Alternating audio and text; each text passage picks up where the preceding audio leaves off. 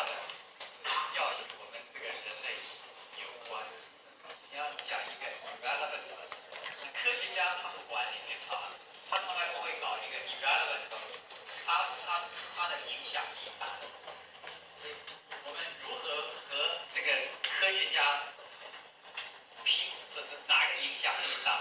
我认为，其实我认为，世界上重大的问题，最后要解决，不是靠科学家，仍然是靠人文。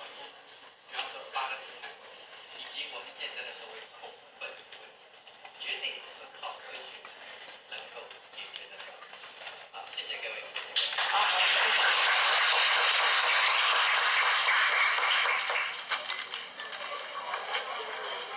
下来千里吗？千里吗？